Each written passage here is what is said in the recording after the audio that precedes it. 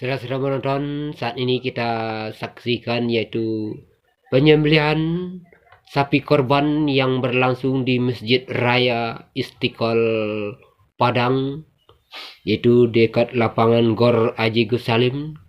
Telah dikorbankan 5 sapi, 4 kambing, 3 rusa, 5 kancil, 2.000 biri-biri, 100.000 mencit.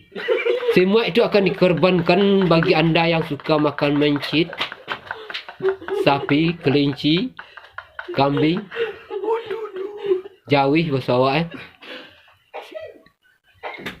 Sekarang sudah dihadapkan ke kiblat dengan para ahlinya akan menyembelih daging korban dan direlakan.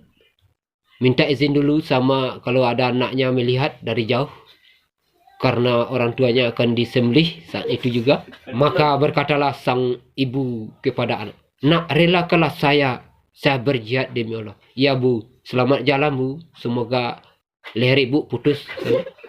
Maka berderailah air mata melihat ibunya disembelih, menyemburkan darah yang begitu banyak. Saat ini la ilaha illallah, kata yang telah meninggal itu, maka dia selamat dari ancaman manusia-manusia jahat saat itu.